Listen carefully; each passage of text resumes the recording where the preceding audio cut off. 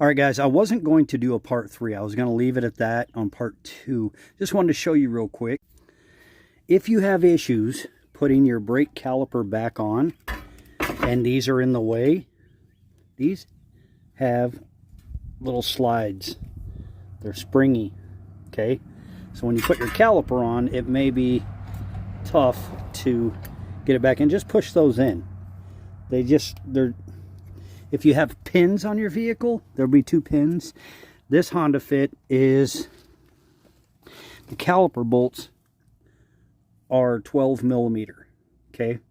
They're not very big, and they shouldn't be super tight, but if they've never been changed, they could be on there tight. So just be aware, you might need a brake over bar. I didn't have to have that because I change my brakes probably every 30,000 miles roughly, and really simple to do. 12 millimeter. If you have any questions there. And